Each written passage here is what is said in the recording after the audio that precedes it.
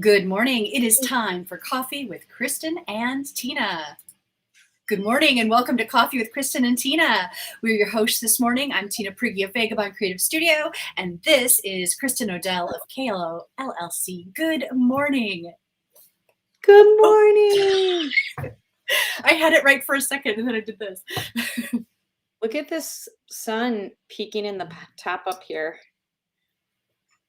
Do you have it blocked, or is that, do you have is it going over your banners, or? It's like 2/3 blocked, 1/3 open, which is why the top is shining in. I only have So it should blocked. keep an eye on it. Is it going to gradually creep down during the show? Possibly. Definitely as the morning goes on, it will, and then I will have to use ooh, somebody's here. Now my dogs are barking. Real life, They're friends. saying good Real life. morning. And Stephen is also saying good morning from Fond du Lac. Good morning, Stephen. Is it a frosty, cold morning there too? I know, right? There's something insulating and snuggly about this cold weather. I mean, it's cold. I get it. It is. It is cold, and you wouldn't want to have to be out there if you didn't have to be. Although, I went outside the other day and just made sure I was walking around because I love the sound of the crunch of the snow and a little bit of that bracing wind, if you're kind of bundled up. And then also if you can have a fire or some way to get warm when you come back in. Right. Now, speaking of fire, you and Jason warmed up your house last night with a toasty fire. Yeah, I was so lucky. So here's Jason bringing in some firewood and some small sticks as kindling. And then he's like a master. I try to do this and it never seems to have the same result. He gets this roaring fire that, immediately takes the chill out of the room. That looks amazing. So you said this was like 4:30 or so yesterday afternoon. So are you able to feel like you sit and unwind and enjoy it, or is it just something that's on while you're doing other things? Yeah, a little bit of both, but Okay. Definitely when it first starts, it is the perfect time to just take a moment and stop.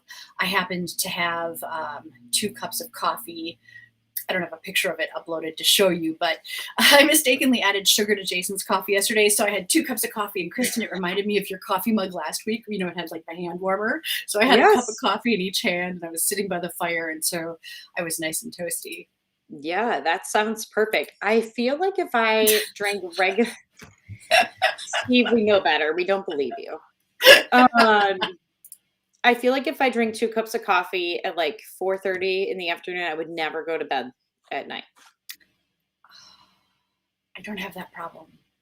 I love that. Do you know who also doesn't have that problem? My mom and dad. My dad literally drinks coffee all day long from the time he gets up in the morning till the time he goes to bed. My mom doesn't. She's more of like a morning drinker and then a night drinker. Like 9 o'clock, her sister will come over and have a cup of coffee. But I don't know. Maybe it does something that where you just like, maybe as the caffeine wears off, or maybe you fall asleep before the caffeine starts. I don't know.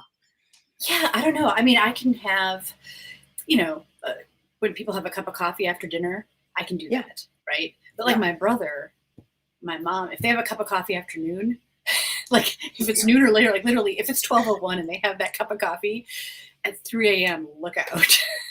Right. And then it's like so frustrating because you're laying in bed and you're just so awake. Your brain won't shut off. Yeah. And now I don't drink coffee like all day long. I only like to have a few cups, but I'm okay with a late placed cup. Right. I love it. I love it. So, who else I loved was Betty White. I was so bummed that she didn't make it so close to her 100th birthday. I know. So Tina and I were talking about covering this last week, but we had like so much to talk about last week. It went so fast.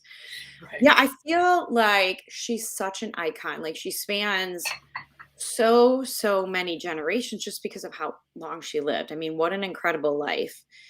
And I love that she just died of natural causes and normal. Like she just, from what I understand, died in her sleep, and that's beautiful. Yeah. Yeah, she had a 70-year career, which is amazing. And Right. she was just so witty. You know what I mean? She was Right. like razor sharp, and she had this way of playing like a sweetheart that could just get you. You know, like she could Yes. come back around with the humor. It was awesome. Right. Yeah, and Yes. Stephen Wright, Bob Saget too. That was a surprise. Right. Yeah, no, Bob Saget was a little bit younger.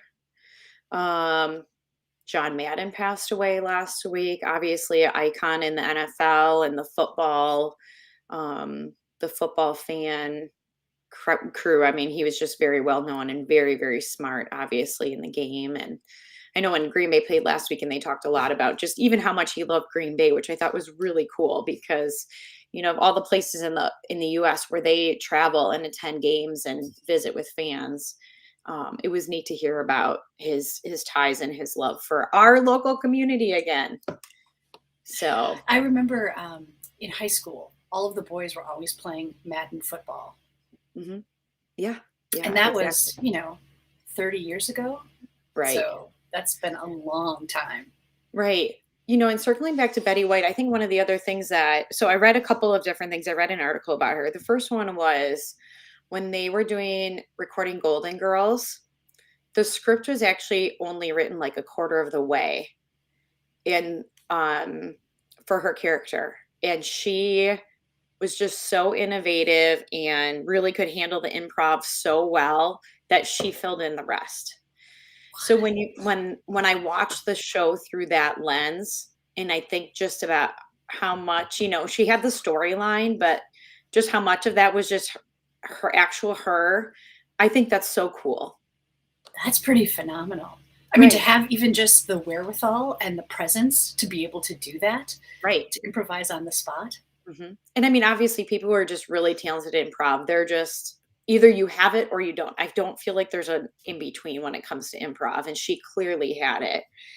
And then the other thing that I just read about and was reminded of is just how much of a leader and inspiration she was for women in the industry of acting and comedy. When we think about when she started, and so she did like the Mary Tyler Moore show and some things many, many years ago. There wasn't a lot of female leads. There certainly wasn't a lot of female comedians at that time. And so, props to her for kind of knowing what she loved and doing it so well that she was able to be present in a time when not very many women were present on that scene. Yeah, yeah, a true trailblazer. Yeah, Right. Yeah. master of Thanks. That's comedy and a trailblazer. Great right. role model. Right. Yeah, as a matter of fact, it reminds me of this meme that I found, and it said, so it's depicting Betty White. She's at the pearly gates, and it says so much about your life and legacy if people think you died too soon at 99. Right. Yeah. I love, can you put that back up? Because I think it's Yeah. so cute. On the little podium, it says, "Thank you for bringing a friend." And Aw. it says, so Mary Tyler Moore reunion this way, and then Golden Girls reunion this way, because she was um, the last of those casts to be alive. So it's really sweet. Wow. So Yeah, that one's touching. Steve just shared a comment. I don't know if you can see that or not. It says, her late husband is buried here in Wisconsin, which I did not know. That's really cool. It says, however, he was reading that she won't be buried here, so they won't be buried together. But she spoke very highly of Oh, her husband and her deep love. Now, she had a couple of late husbands, by the way. She was married a couple of times, but her most recent husband, and I would say the love of her life, was obviously. yeah. I had read recently that he's buried in Mineral Point, Wisconsin. But the article I read, and of course, it's all just articles, right? I don't have any first person knowledge of this, but that article said she was going to be laid to rest there. So I was like, oh my God, Oh. Betty White's going to be interred in Wisconsin. But now that Stephen's saying that, darn it. Well, you know what? We'll just have to see what happens. And if we are fortunate enough to have her laid to rest here in Wisconsin, then it can become a pilgrimage place, a thing that we go and visit and pay our respects to, because she was pretty dang awesome. Yeah. You know who else is awesome? I just have to say, for viewers, some viewers probably know Barb Bundy Yost.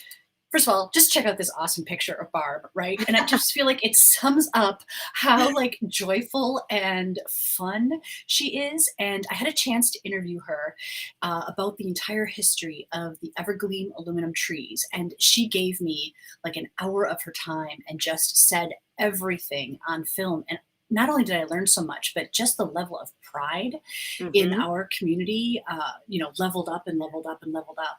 But Right. for years now, she and a couple of other collectors have not only been amassing a collection of these, vintage treasures, but they make them available to the public to see them and to learn more. And they've actually started some kind of nonprofit. Mhm. So in the future, I'm thinking maybe there'll even be a museum. It's pretty cool, the snapshot of history. Right. Yeah, I mean, I just recently learned I was talking with Anne Flagenshin from the Progress Lakeshore group, and she was explaining to me that like the Evergreen thing started as a downtown Manitowoc event. And I think in the beginning they only had a couple of trees and just built and built and built to the point that they were able to take that organization and create their own nonprofit and have kind of their whole thing. And it's really cool to see. I know we talked before Christmas about all the businesses that had them in their windows, but yeah, kudos to them, and kudos to Barb for like leading that and being such a part of it. And can we just put that picture up one more time?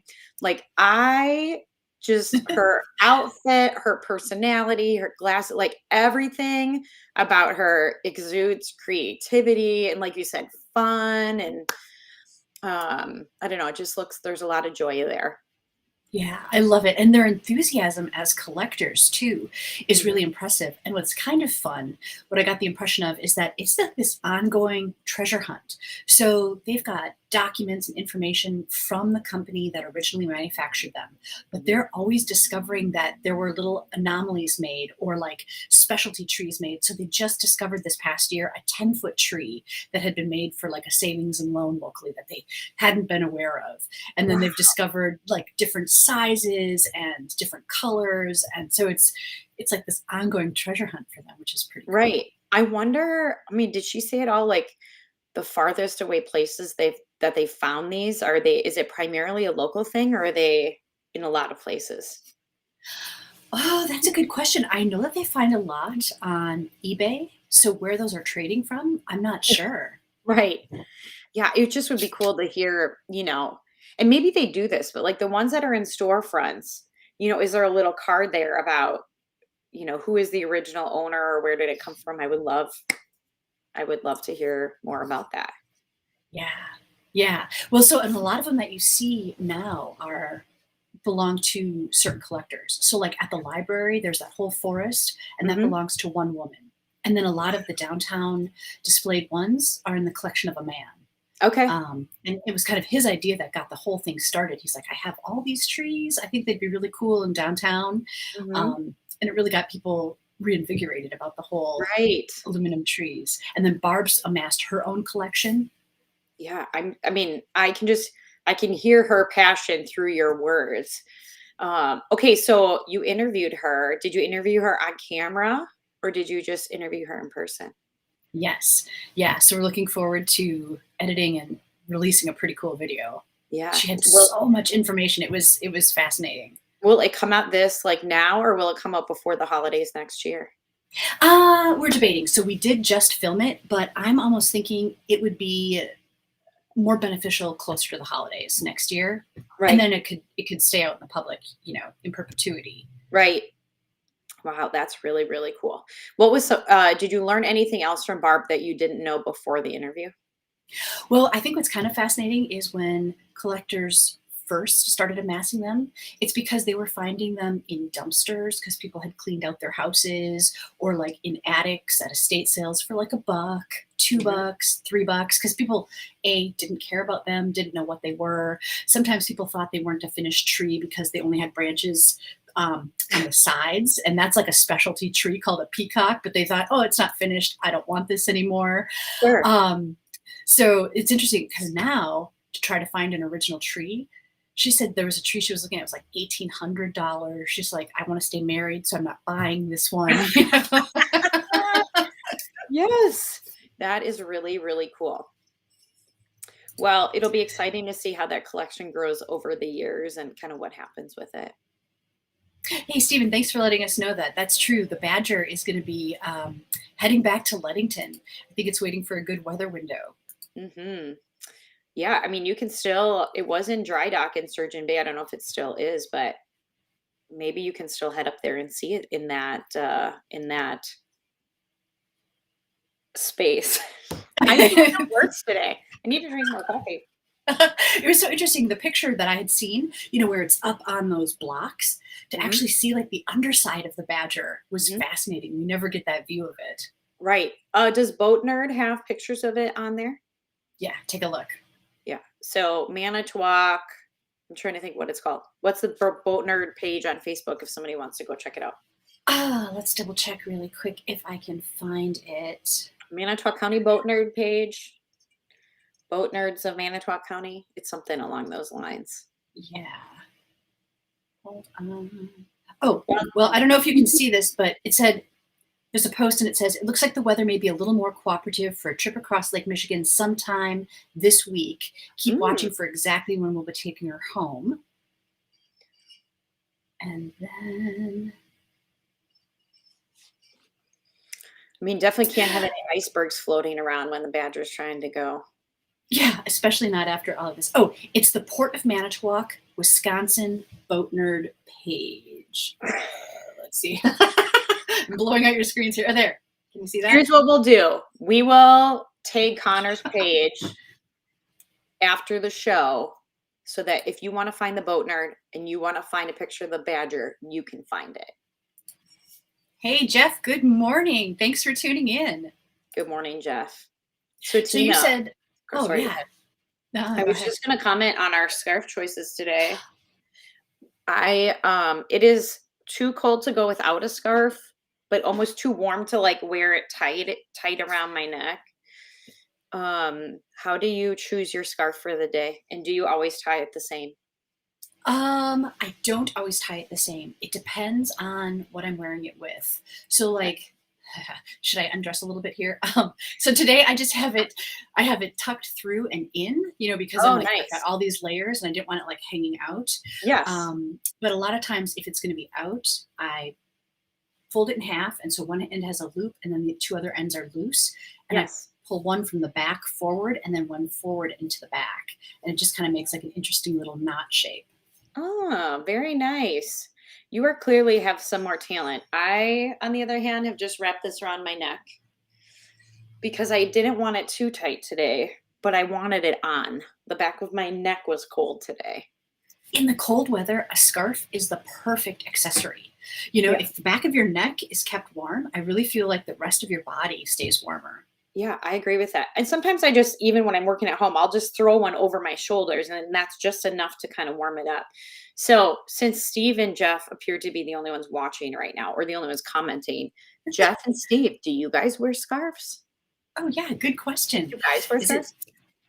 I know Jason does. I've seen him wearing a scarf. Doug does wear one with his like dress coat to work every day, probably because like you kind of said, it's more of an open breasted jacket. So he will kind of fold one over here just to kind of bridge that gap.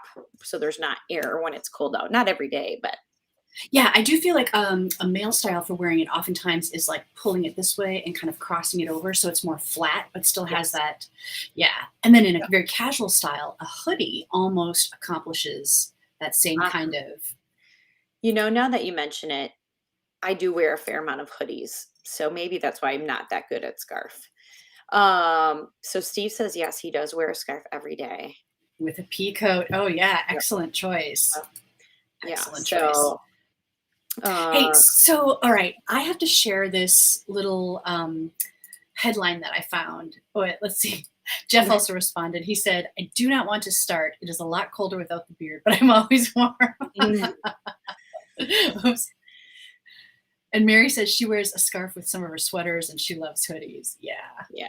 Great. Yeah. I think Jeff shares a lot in common with my teen son. So the weather that we've just been talking about. You see how Kristin and I are dressed. You see how it's 90 degrees and sunny in Fond du Lac, right? So he's outside when he's going to school and going to work, he's still wearing shorts and he's still Mhm. wearing Crocs without socks. I'm like, are you doing this just to be difficult or to prove some kind of point? But Are no, you he being like defiant? he just is like a little hot box. He's just always warm and doesn't really, you know, want that extra warmth.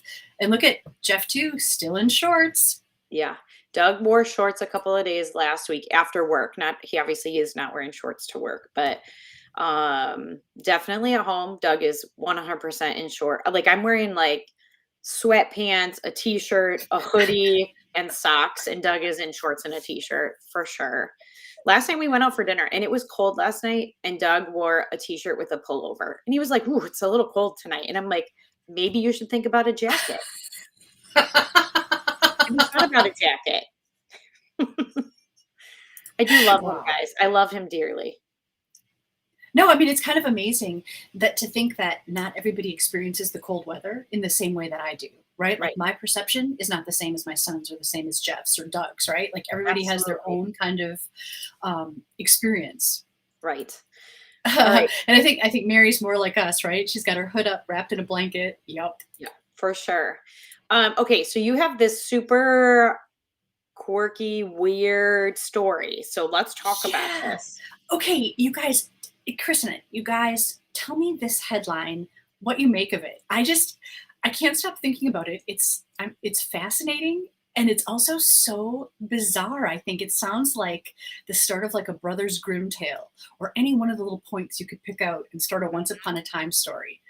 So So this is the New York Times. So this is a legit thing.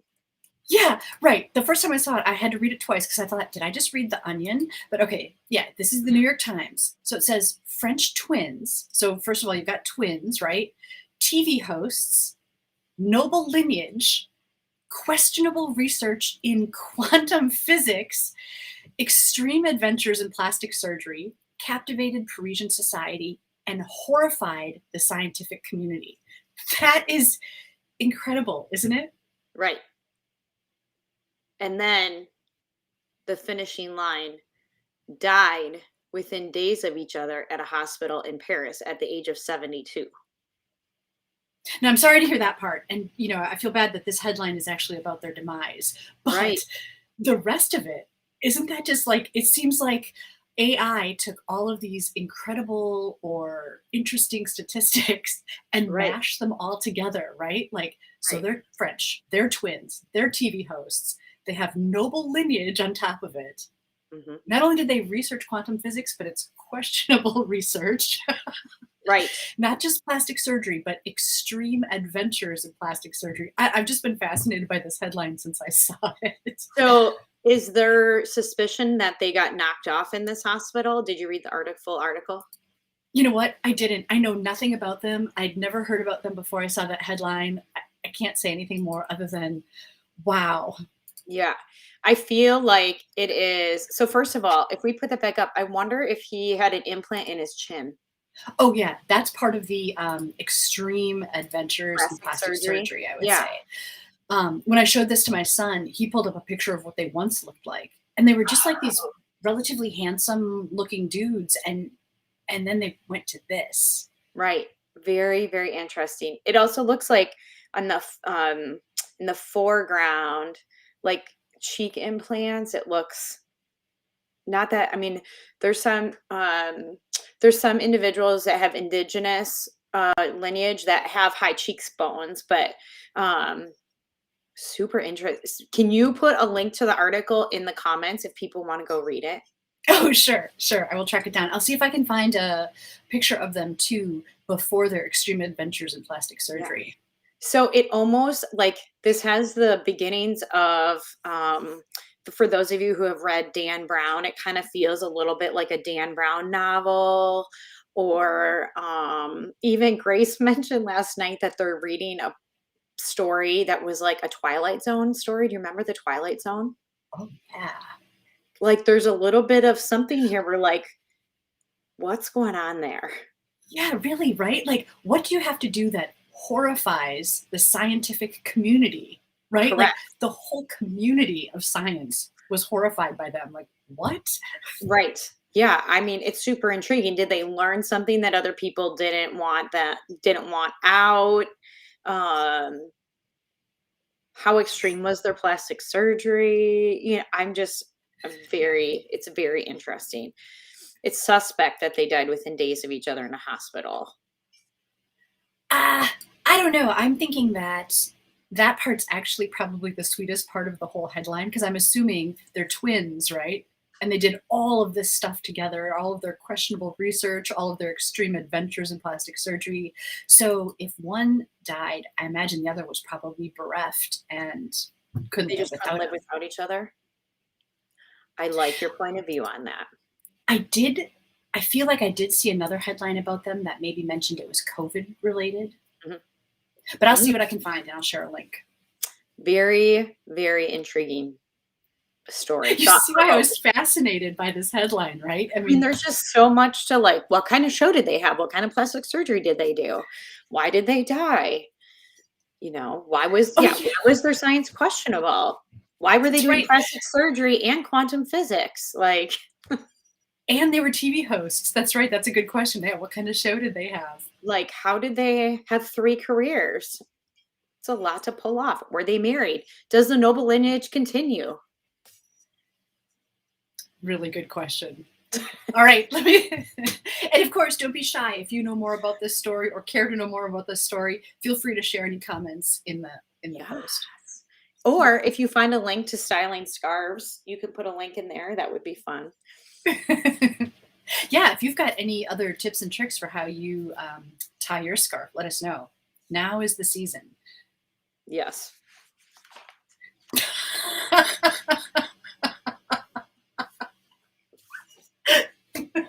Well, with that, my friends, I think that we will leave you with that lasting imagery of Kristin whipping off her scarf. It's more like struggle. Think of it as struggle, not ripping. It wasn't exciting. It Okay, reminds guys. me, Kristin, when Teak was small, he took piano lessons and he was in a recital at the conservatory. And I don't know if my mom had shown him videos of like Elvis throwing his scarf to the ladies after performances or something. But so, you're supposed to play your piece and then you're supposed to stand up and take a nice bow to the audience. Well, he stood up, took off his scarf, and threw it to the audience. And it was like, Oh, yeah. that is amazing. So I was trying to imagine what was going on in his 4-year-old mind at that time, Hmm. Yeah, like where had he seen that before? That's awesome. but Awesome. well, this was so much fun. Thank you so much, Kristen, for the great start to the day. You guys have, you guys have a great day. Thanks for chiming in. Yeah, thanks everybody for joining us. We really had a great time. We'll see you next time on Coffee with Kristen and Tina. Have a great week.